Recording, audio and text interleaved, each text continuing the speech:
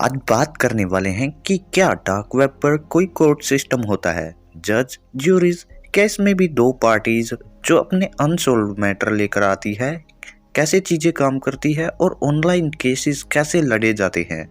जानने के लिए वीडियो में बने रहिएगा। If you really want to know then like the video और चैनल पर नए हैं तो सब्सक्राइब करो। डार्क वेब पर तो साइबर क्रिमिनल्स और हैकर्स होते हैं, तो उनके बीच फैसला कैसा। तो वो तो बोथ पार्टीज ही रोंग होती हैं, उनके बीच रूल होने का तो सवाल ही नहीं बनता। तो ऐसा नहीं होता। आप में से बहुत से लोगों को पता होगा कि डार्क वेब पर फोरम्स होते हैं और इनके मेंबर्स होते हैं जिनके बीच डिस्कशन चलता रहता है। अब ये फोरम्स डीप डार्क वेब पर होते हैं तो सेंसर की तो कोई बात ही नहीं होती। यहाँ किसी भी चीज के बारे में बात हो रही होती है, लेकिन रूल्स यहाँ भी होते हैं। I will tell you how they works. So without wasting further time, let's get into the video. अब दो साइबर क्रिमिनल्स हैं, वो आपस में चीजें खरीदते बेचते रहते हैं। डार्क वेब पर लीक डेटा, चोरी का सामान बहुत आसानी से बिक जाता है। ये एक दूसरे को दे देते हैं और इनवैलिड ट्रांजैक्शन कर देते हैं या फिर सर्विस लेकर पे ना करे। अब ये दोनों फोरम्स के मॉडरेटर अथॉरिटी में जाते हैं। अब डिजिटल केसेस हैं तो स्क्रीनशॉट, लॉग्स, ट्रांजैक्शंस, डिटेल को एविडेंस माना जाता है। फिर इस बात का फैसला होता है हु इज गुड और बैड, कौन सही है और कौन गलत। मतलब किसी काम को करने के लिए पैसे का वादा कर दिया पर काम होने पर दिए नहीं, डेटा वगैरह ले लिया लेकिन बिटकॉइन ट्रांजैक्शन नहीं किया। ऐसे केसेस में अगर कोई दोषी होता है तो डार्क वेब फोरम्स इसे अपने मेंबरशिप से निकाल दिया जाता है।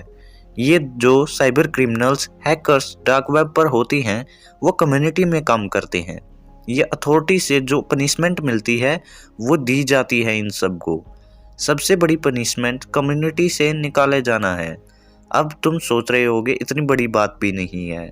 कोई भी टूल जिस वल्नरेबिलिटी से जो फ़ायदा उठाते हैं, hacking tools and all other resources, यहाँ तक कि इन फोरम्स से हेल्प मिलने भी उनको बंद हो जाती है। इससे पता चलता है that dark web site of internet have also rules like we have. बस फर्क इतना है कि यहाँ पर गलत चीजें होती हैं। ये लोगों की मेहनत की कमाई को चुराते हैं और उसको फिर बेच देते हैं। हमें सिक्योरिटी पूरी रखनी चाहिए क्योंकि बड़ी से बड़ी ऑर्गेनाइजेशन वो भी हैक हो जाती है। हर दिन बहुत से साइबर अटैक होते रहते हैं। क्या आपको पता है ट्विच एक बहुत बड़ी वेबसाइट है, यहाँ गेमर्स लाइव स्ट्रीम करते हैं।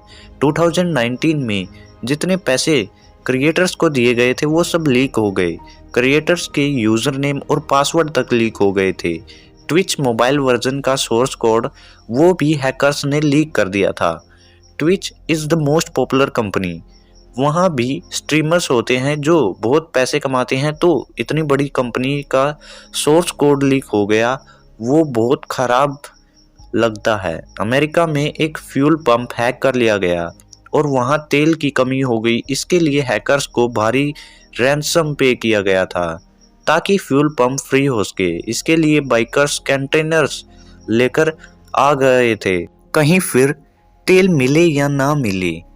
इससे लगता है यहाँ तेल की कमी हो गई थी। तो हैकर्स बहुत डेंजरस होते हैं और इनके ऑर्गेनाइज प्लान भी।